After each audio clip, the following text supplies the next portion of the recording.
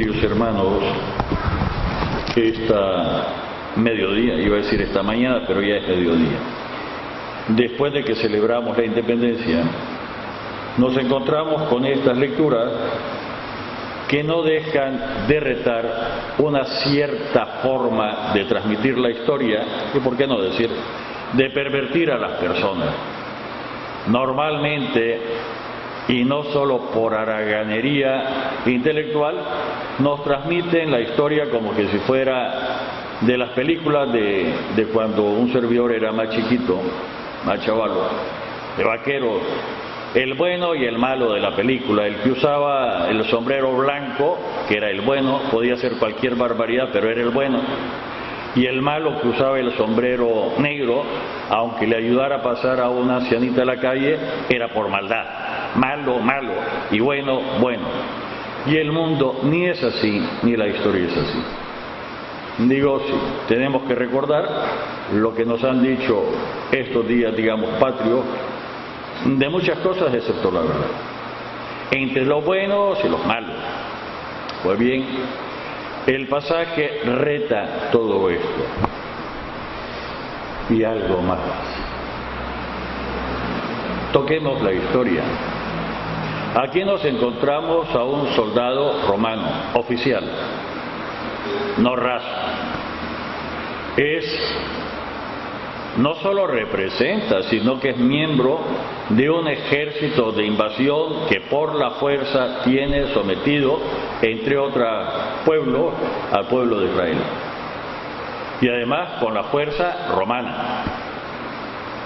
Y además a personas que no se les considera ciudadanos romanos, por lo tanto, a duras penas llegan a categoría de personas. Y de este, él nos dice: Señor, no te molestes ir a mi casa, no es necesario. Yo, a pesar de ser un subalterno, tengo personas que dependen de mí. Si le digo a uno, vení, viene, y al otro, me obedecen. Yo no me atreví ni siquiera a ir personalmente a pedírtelo. Todo lo que represento, soy miembro, me repito, de un ejército de ocupación que impone el orden romano y la tranquilidad romana a cualquier costo. Ni siquiera decía una sola palabra y mi criado va a quedar sano, basta con que le ordené. La reacción de Jesús es que ni siquiera en Israel he encontrado una fe así. El soldado no es creyente de la fe de Israel. No nos dice que se ha convertido. La religión romana de ese entonces era politeísta. Sin embargo, esta expresión de una persona que vive de buena fe, coherente a sus creencias, hace que salga la expresión de humildad de verdad, tan fuerte que estas mismas palabras, reitero, de un oficial de un ejército de ocupación, podríamos decir todo lo que dice, imperialista, bla bla bla bla bla bla bla, que lleva los valores de su clase social y todo lo que se dice. Estas palabras de los soldados romanos, la Iglesia las ha recogido y las pone en nuestros labios antes de comulgar. Señor, no soy digno de que entres en mi casa, pero di una sola palabra y voy a quedar sano. No soy digno, Señor. Di una sola palabra y mi alma, mi persona va a quedar sana. Lo malo es que no le obedecemos al Señor. Bastaría con volver a hacer pensar todo lo que sabemos de la historia nuestra, de otras partes, reitero, cuando se nos presenta como el bando de los buenos y el bando de los malos, el que usa el sombrero blanco y el que usa el sombrero negro. Y nuestra vida no es así. La historia es del pasado, apliquémoslo al presente, Tantas veces algunos se nos presentan como los buenos y hacen cualquier barbaridad y nos presentan a los otros, no a ellos, como los malos de la película. Y el mundo no es así. Y tenemos que aprender a aquilatar entre las cosas malas, separándolas incluso de la persona que las hace. El cristiano quiere a las personas. Lo vamos a decir cuando toquemos la primera lectura. Quiere a las personas. Aborrece el mal, aborrece el desorden, pero no se queda con del diente al labio y criticando a los demás, sino que sabemos que hemos sido llamados a colaborar, a volver a poner todo lo que existe en orden para que todo tenga a Jesucristo por cabeza. Padre, ¿qué dice? Pues sí, diciendo la verdad, diciendo la verdad. ¿Qué más podemos decir tocando por encima este bellísimo evangelio? Para los que nos siguen por internet, está tomado de San Lucas, el capítulo 7, del verso 1 al 10. Es curioso esta actitud que tienen los judíos, los principales de la religión judía de Cafarnaúm, que van a abogar a Jesús por este oficial y le dicen: merece que le hagas el favor, porque esta es una persona que nos quiere. Sí, representa lo que representa. Cuando le toca reprimir, reprime. Cuando le toca matar, manda matar. Pero nos quiere, quiere a nuestro pueblo, e incluso hasta nos ha construido una sinagoga. ¿Cuántas veces nosotros, incluso en León, repetimos esta desviación? No es que sea mala en sí, pero es desviación. Vale la pena, conviene, porque no solo nos quiere, sino hasta da dinero. Y aquí habría que decir: reparó tal cosa, regaló tal cosa. Padre, ¿que los católicos no tenemos que ser agradecidos? Claro que sí. Todos los días hay que pedir por los bienhechores. Todos. Lo hacemos en la misa, aunque no lo diga en voz alta. Tenemos que ser agradecidos. En las oraciones que rezamos en todos estos 7 días de oración por la patria, que en realidad fueron 8, no fue semana, fue octavario, nos insistían a ser agradecidos y nos presentaban darle gracias a Dios por nuestra patria. Merece. Lo malo es que no solo lo repetimos refiriéndonos a otras personas, sino a nosotros mismos. Y frente a Dios nadie merece nada. El único que tiene mérito es Jesucristo. Nosotros lo que podemos invocar al Señor es su infinita misericordia.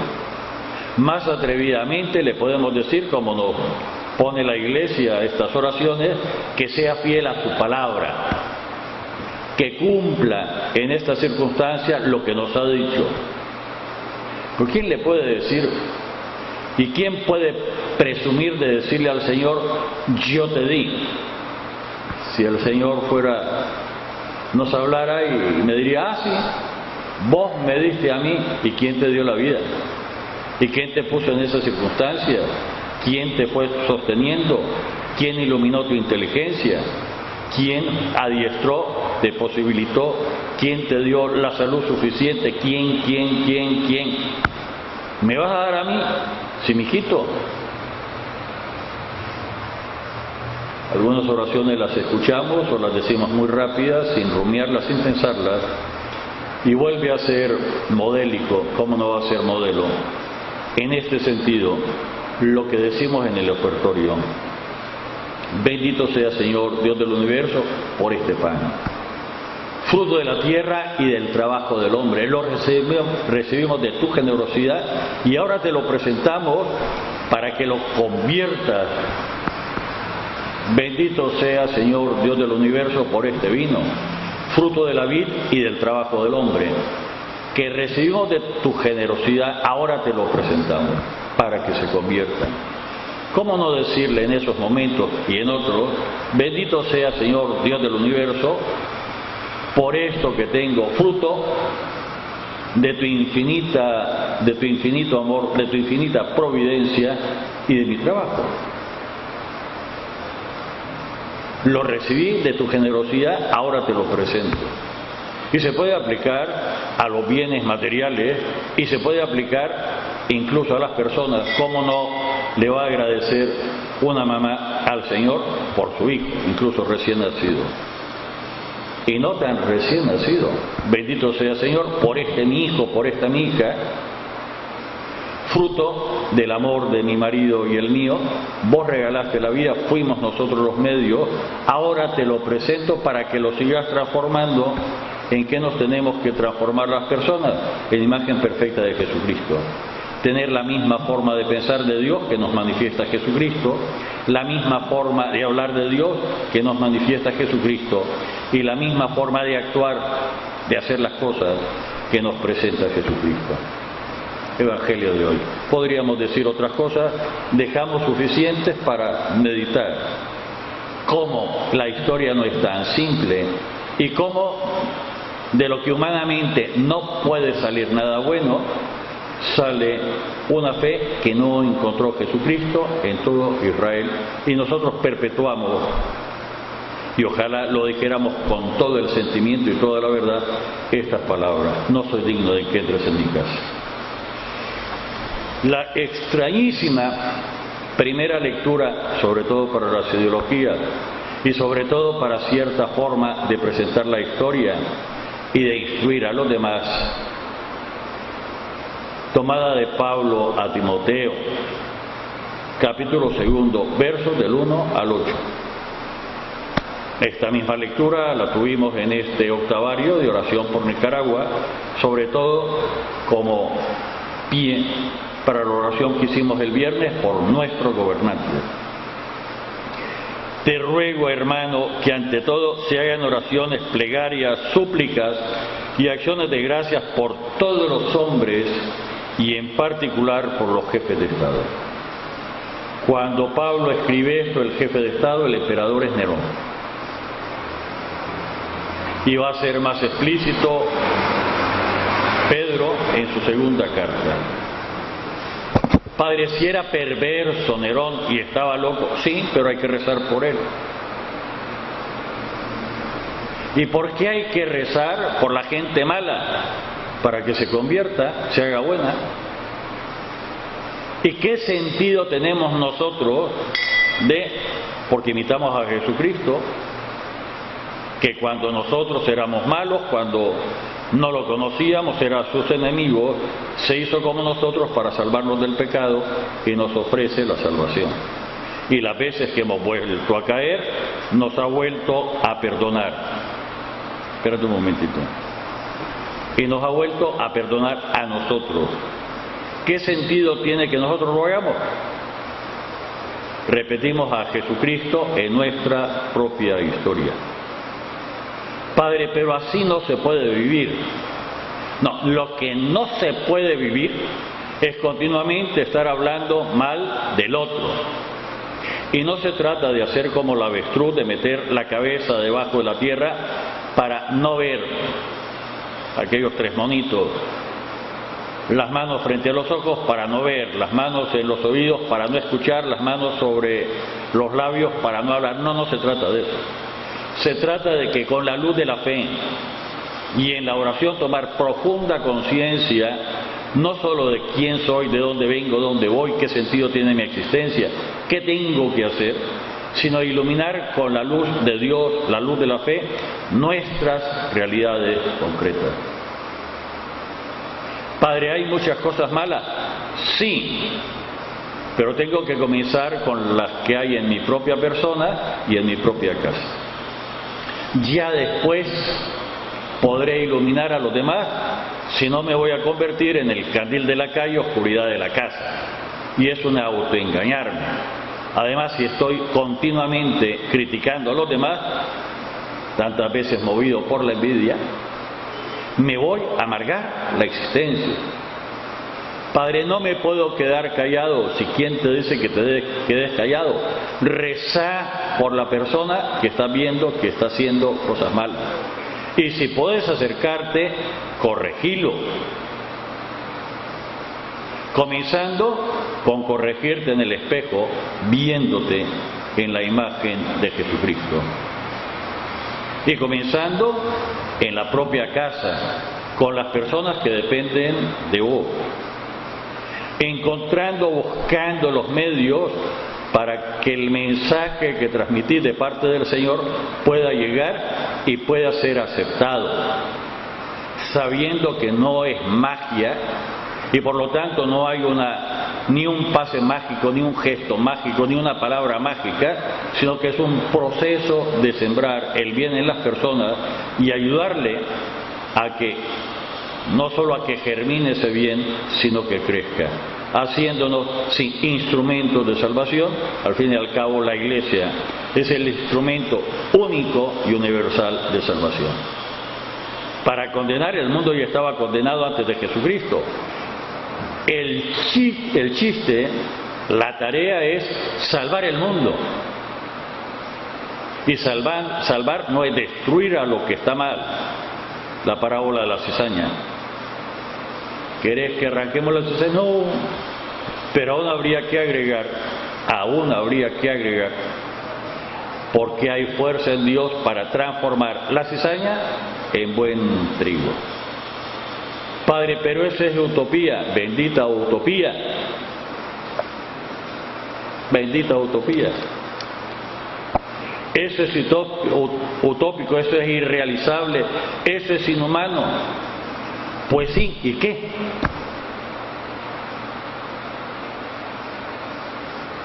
Los hombres no podemos hacer, sí, tenés razón, los hombres no lo podemos hacer, ¿y qué?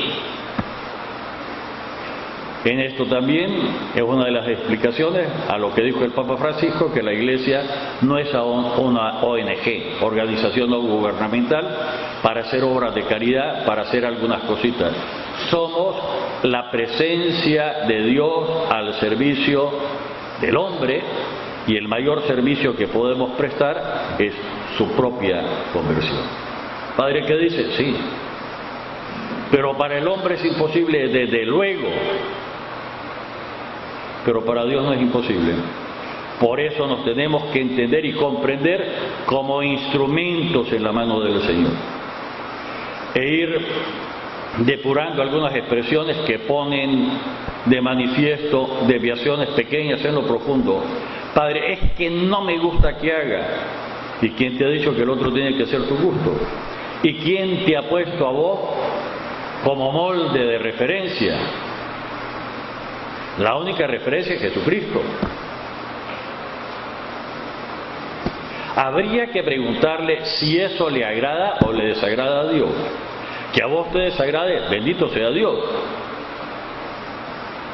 Padre, y entonces significa que el reto de vivir más allá de nuestras individualidades, de nuestra forma peculiar y única de repetir a Jesucristo aquí en la tierra, tiene que estar unida con el vínculo del amor. Padre, ¿qué dice? Pues sí. Reitero, cuando Pablo escribe esto, está mandando un tirano. Cuando Pedro escribe su segunda carta, está mandando otro tirano, loco, sanguinario, sí, pero hay que rezar por todos. Padre, es que sí, y si lo ves con más claridad, significa que es una persona que urge más de salvación. Padre, ¿qué está diciendo? Porque hay unos enfermos que están más enfermos que otros y hay unas enfermedades que son más graves que otras, y no es marginar a nadie, es reconocer la propia realidad de los demás. Padre, es que yo quisiera, ¿y quién te dijo que los demás tienen que hacer tus deseos?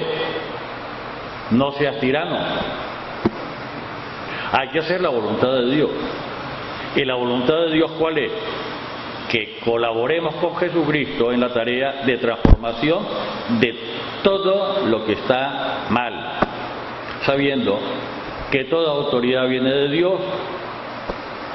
En nuestro caso concreto, nosotros somos la mediación para transmitir la autoridad, si hablamos a nivel político, De ahí surge la responsabilidad especialísima en tiempo de votaciones, que incluso podríamos cometer pecado mortal como votantes. Ya no digo los que pertenecen al andamiaje de los que reciben, cuentan, transmiten, cuentan los votos.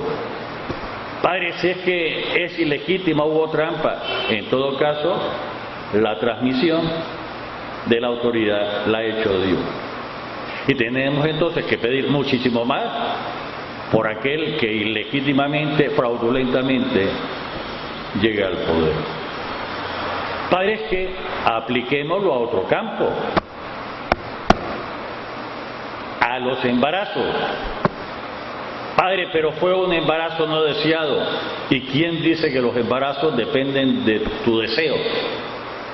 La vida es un regalo especialísimo de Dios.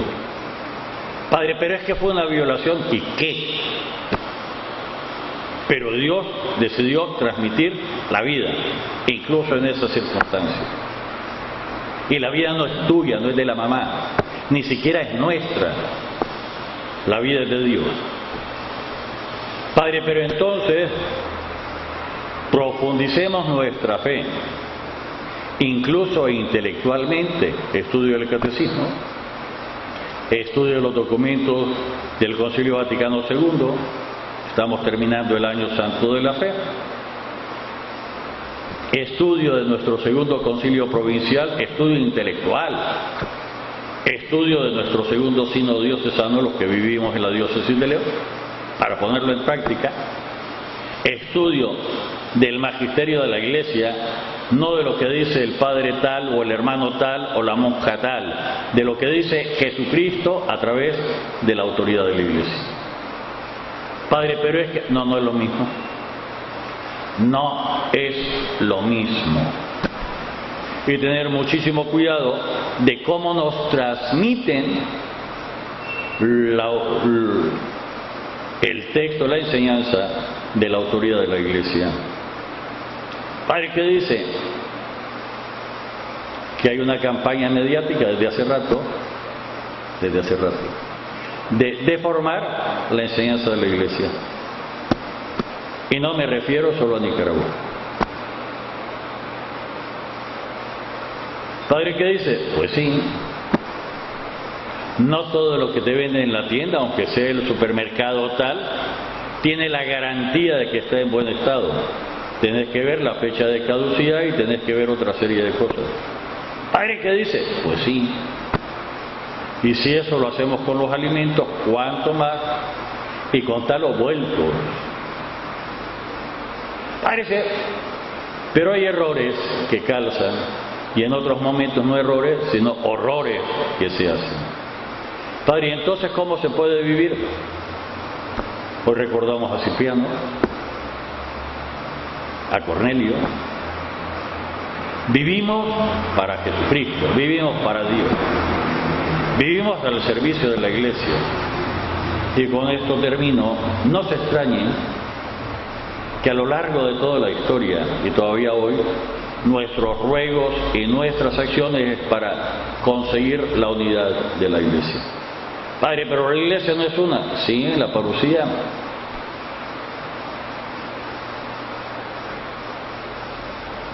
Padre, pero no.